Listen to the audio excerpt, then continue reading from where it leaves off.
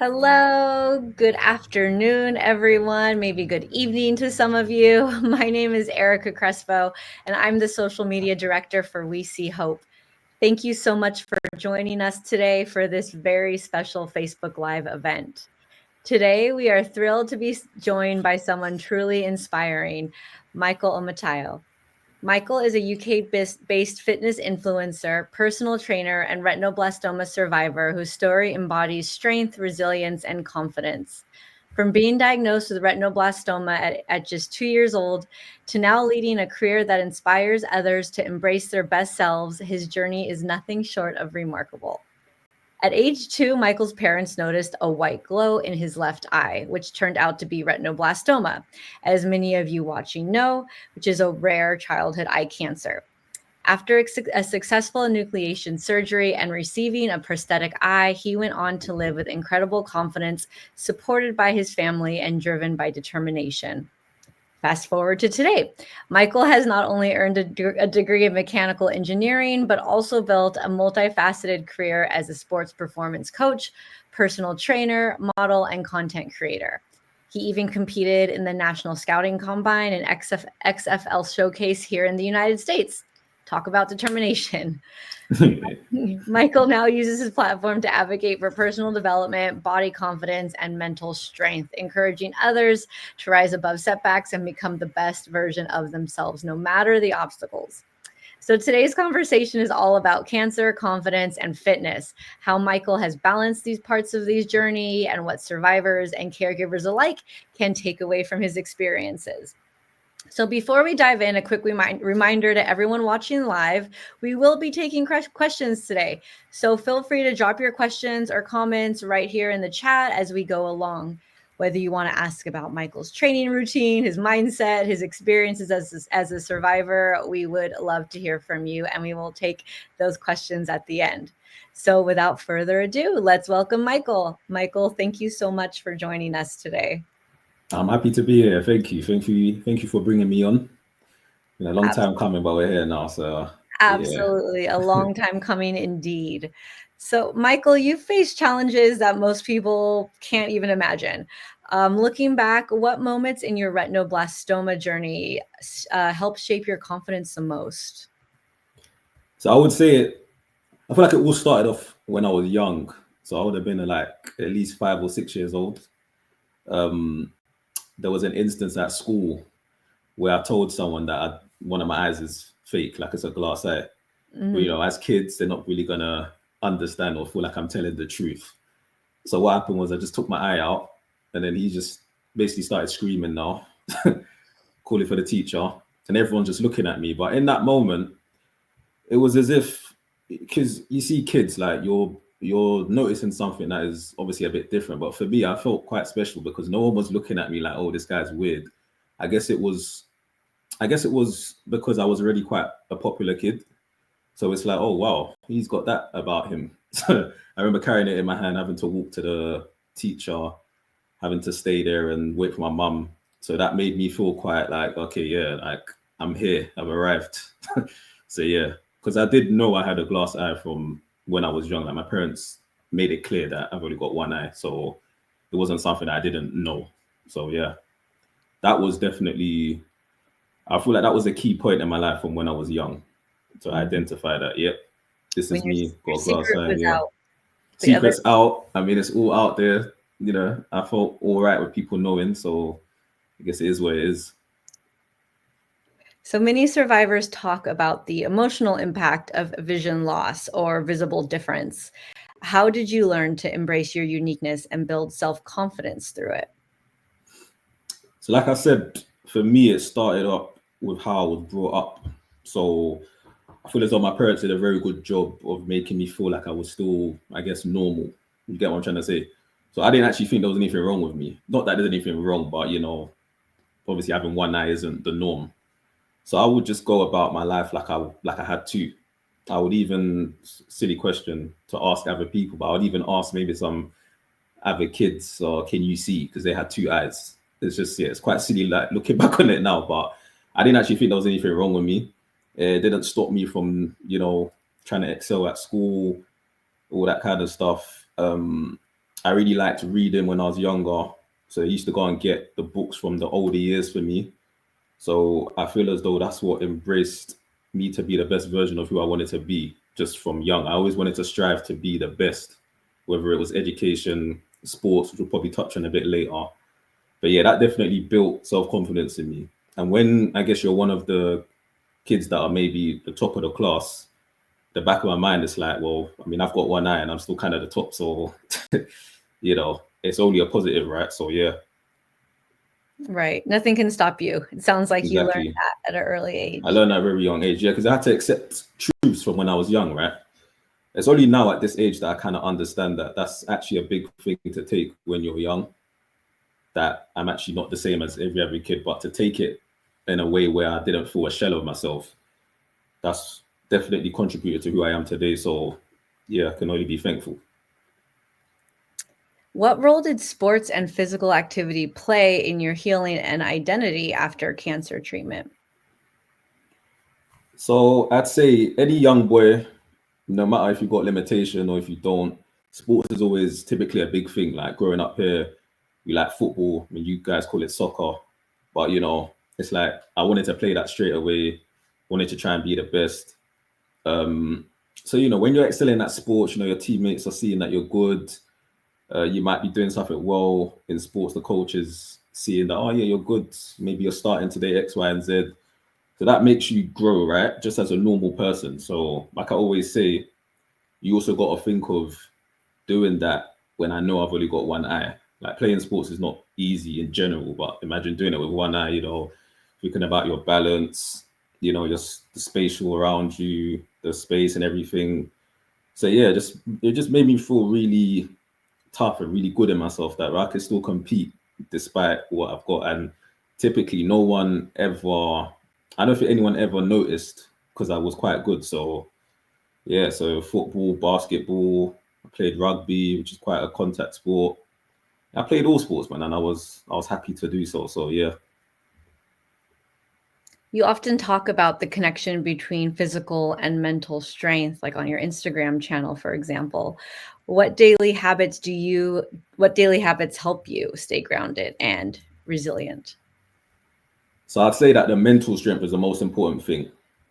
Um, you have to feel that you can actually achieve stuff in this life. Like it comes from you first, because no one is gonna know your goals and your vision better than you. So some of the stuff I like to do personally, when I wake up, I might look at myself in the mirror, talk to myself, do some self-talk. It's very important. I don't think I can say some of the things I say on here, but a couple F bombs and stuff might be dropped in. But you have to tell Whatever yourself gets a you lot of stuff. going. Yeah, you get whatever gets you going. And it's as soon as I do that, I'm like, yeah, like things are good. So also as well, I like to look at a picture of myself from when I was younger. That actually helps me sometimes. Like there's one picture I got, I usually use it, and I use that to make sure that I look at myself and I'm like, that's where I've come from. So it gives me that little thought in my head that yeah, this is the boy I'm trying to impress. So let me just keep on going. And I said I'm happy with how things are going so far, so can't complain. I like that. You want to always remember where you came from and impress your younger self. Yeah, like your why. Yeah, then your why is important.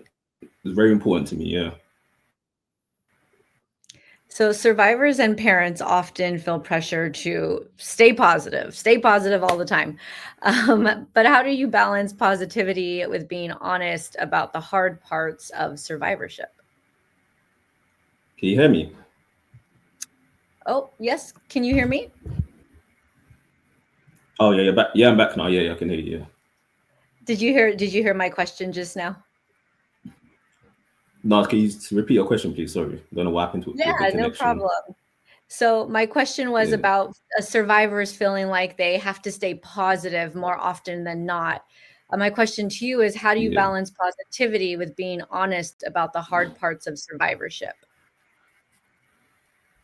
So I mean, having one eye is something that you can't change, right? So I guess you kind of have to accept it. This is my approach to things. Like you accept it, then it's almost as if you got work around it. So how to stay positive is understanding that even when you do challenge yourself, when you tell yourself you're going to do something difficult, even if you get it done or you don't, the fact of the matter is you tried. And when you try with, going against the norm, it's always going to feel good. That's just the way that I feel. So examples in my life, like when I tried to play football in the States, American football, like that's tough, right? With an injury as well. So in my head, that's already a tough journey. But when I'm telling myself, oh, but I'm doing it with one eye and I'm still competing and I'm still getting stuck in, still being rough and rugged, it's always going to feel good. So yeah, you have to really, I think what the important part of it is that firstly, focusing on yourself, one, and just understanding that you have something that you can't really change. So rather than dwelling on the negative, look at what you can make the most out of your situation. So yeah, that's how to get around it, in my opinion. Yeah. We were just talking about a little bit about your experience with sports, and we had a live question come in that I wanted to share. How often does hand-eye coordination affect you when playing sports, Michael? Yeah, so particularly with basketball, like your depth perception. So sometimes when you're shooting, that might affect you, or that affected me. But I guess muscle memory, you just have to work a bit harder, right? Hand-eye coordination, your reflexes naturally are faster. You have to actually be on the ball quicker than most other people.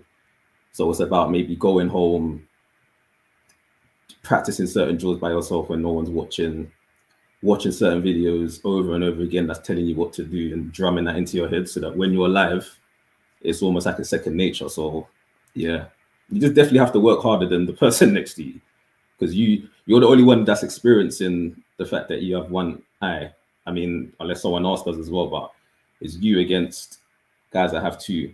And to be fair, everyone's got something about them that maybe they lack confidence in terms of a sport. But I mean, clearly having two eyes is probably going to be a bit more of a better experience than having one when you're playing sports. So yeah. So for survivors dealing with fatigue or treatment side effects or body image changes, where's a good place to start, you think, when it comes to movement and fitness to build those confidence levels back up or build that uncertainty back up? I'd say the first place to start would be your diet, your nutrition. So it's not necessarily about getting in the gym and moving. Think about what you put in your body to make you feel good. Because that's the most important thing up here. Like the physical is obviously nice, but how you feel is going to affect you more in the long run. So, you can focus on getting in your right protein, drinking the right amount of water, trying to have more fruit and veg.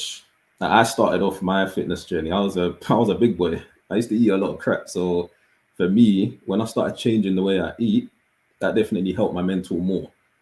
Then obviously that might give you a bit more confidence to keep going when you're training as well. So yeah, I would say nutrition firstly, number one, try and get that down. And then just little exercises. Like if you're someone that's a bit afraid of maybe jumping on the weights quickly because you might feel like you have something wrong with you, maybe try and do a bit of cardio first to get the heart working.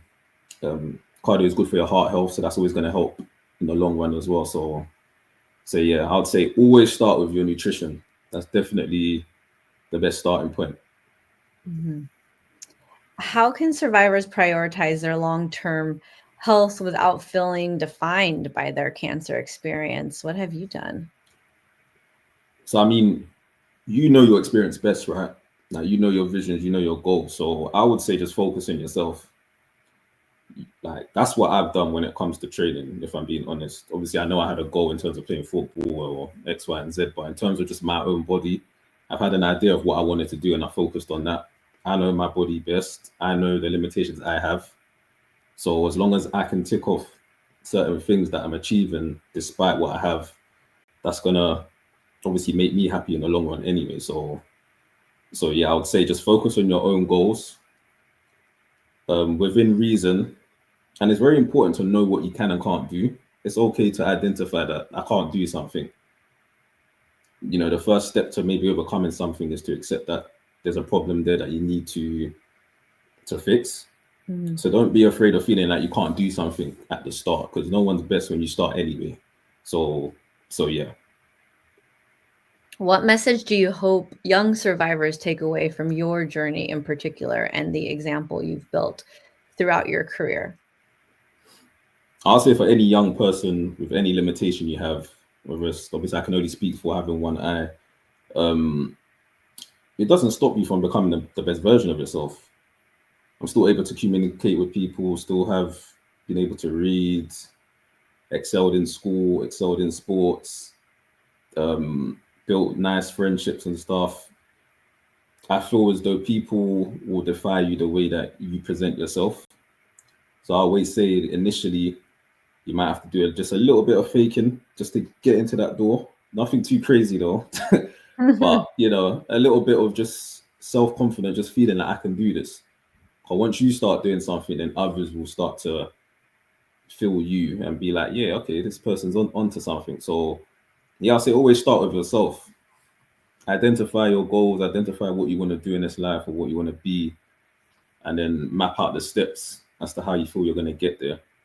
And embrace challenges. It's already a challenge. Like I said, if you're someone with one eye, you're going to be challenged already. So you just need to understand that. So with that, the more you go on, there'll be extra challenges. But as you keep breaking down them doors and you keep breaking down them doors, you'll feel much better about yourself when you achieve something. So yeah.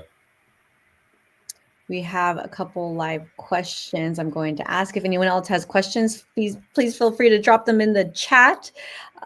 This one says, do you have tips for instilling both confidence and the importance of fitness and movement and very young children who might be undergoing treatment or in chemo and don't quite understand what is going around them? And then a second part to this question, do you have tips for parents to start this at a very young age so they grow up knowing the importance of fitness, but also self-confidence and holding their own in challenging situations, which we know the parents and caregivers definitely go through themselves, just along with the children. So this is tips for the children from parents, right? That's what they're asking. I'm just reading it. Yeah, it sounds like tips for fitness and movement for very young children, and then tips for parents to start this. So maybe start this within their own family. I mean, for young children, I'd say as long as they're safe enough to do so, try and get them into a sport, especially because within a sport they can, make friends, build confidence by making friends, competing with each other. I can only speak for young boys. That's going to do a lot for your child as your child's growing up.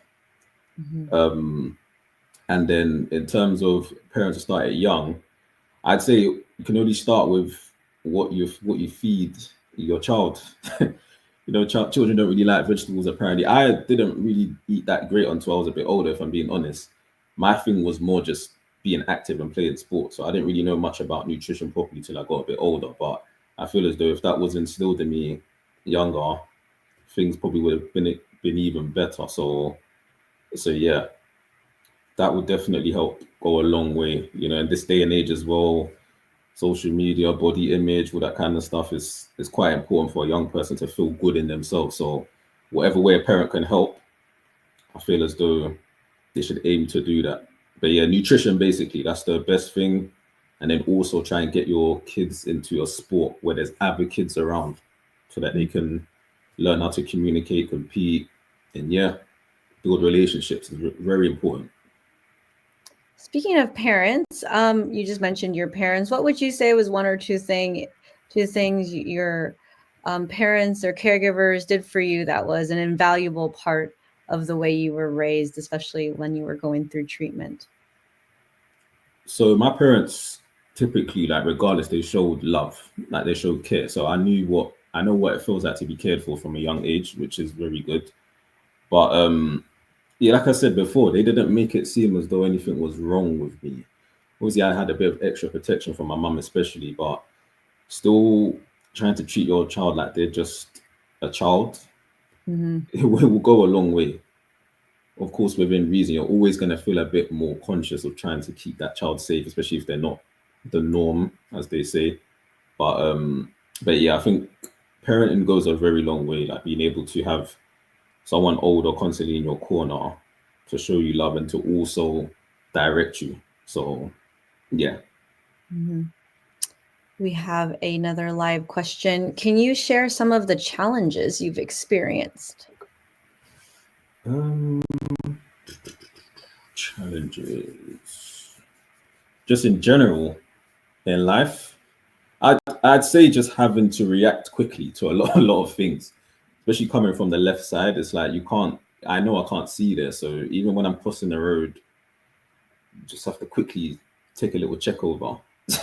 I guess in terms of challenges, that's the only thing I'd say. Maybe when I was younger as well, maybe having to tell people that I don't have a lazy eye, because kids might be, oh, your eye is lazy. So I guess in that aspect, but you just tell them, right, that I've got a glass eye, my eye's not real.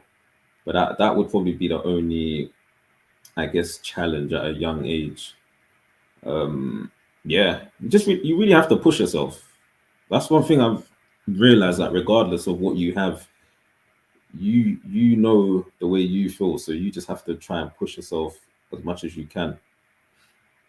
So I love yeah. that you do that at a young age. Just tell them, Yeah, I've yeah. got a glass eye. Okay, That's what I'm next saying. time, Let's go I used play. to just tell people. It's only now that I'm older that I'm realizing that's kind of crazy. Like at the time, you just think it's normal. We just say, no, I don't have a lazy, I've got one eye, that kind of thing. And like I said, I feel as though the more confident you are in yourself, that's how other people are going to take you anyway. So yeah. Absolutely. And you've spoken a little bit about nutrition. To expand on that, we have a question. What role do you think nutrition plays in healthy body, mind, and spirit? So healthy, well, obviously healthy body initially. I mean, it speaks about saying the better food you put in your body, the better you're gonna feel. And then in terms of your mind, I mean, when I used to eat a lot of junk food, my mind just used to be cloudy. You just feel a bit groggy when you're waking up and just don't really feel as active. So definitely, what you put in your body will go a long way. Sleeping better, you're up, feeling more energized. Definitely, I'll always advocate for having a very good diet. Obviously, you can dabble in a little bit to the stuff that you like every now and then, but most of your week needs to consist of good food. And spirit wise, I'd say that's more to do with like your faith. So whatever religious beliefs that you have, I feel that comes separate, in my opinion. So yeah. So before we go, I know people want to know how to be in touch with you, but I just want to let everyone know you see a QR code on the upper corner of our screen right now. That link goes directly to our donation page. And I just want to let people know who are watching every gift that no matter the size really helps us continue hosting important conversations like this one and creating resources for family and bringing our global retinoblastoma community together. And it really is global. We're on the west coast of the US right now. Michael is on the other side of the pond in the UK. We really are a global community that we work hard to keep together. So if you're feeling generous, please scan that QR code or head to our website. We really appreciate it. Like I said, Michael, people want to know how to keep in touch with you. So where can people follow you or connect with you online? So I am on Instagram. My handle is Mike, so Mikes, and a full stop TWM. So that's probably the best place to contact me on social media wise, anyway. And then, yeah, I guess through there, and then my contact details are on there. So if you've got social media, I got Facebook as well, which will just be my first name and my second name. And then email. I guess I'll type the email in the chat. Can everyone see that? If I Yes. type the email, yeah. So I'll type my email in the chat, and yeah, that's about it. Perfect. And I would recommend following his Instagram. He makes really, really fun, inspiring reels that are family friendly. I'm trying to get a lot more. I'm sorry, just typing in my email address. Yeah, no problem. I'd recommend they're a good burst of energy if you're looking for that for your day. So thank you, Michael. Thank you so much for sharing your story and insight with all of us today. Oh, I see the email went to the private chat. I'll put it in the I was at a comments. private chat. Okay, I'll yeah. put it in the comments right now, everyone. Don't Okay. you'll have that up there. So if you'd like to get in touch with Michael. But yes, thank you for joining us today. And thank you to everyone who tuned in, commented, and asked questions. If you'd like to learn more about We See Hope's mission to support children and survivors and families, please visit weseehope.org. This will live on our YouTube page and here on Facebook if you'd like to watch and ask questions. We will still be here, so if you want to ask a question, we will be here and we can answer this long after the recording has concluded. So thank you everyone for joining us, and thank you, Michael. Thank you everyone as well. Thanks for listening, and thanks for having me as well. Absolutely. Okay, until next time. Bye everyone. Yeah.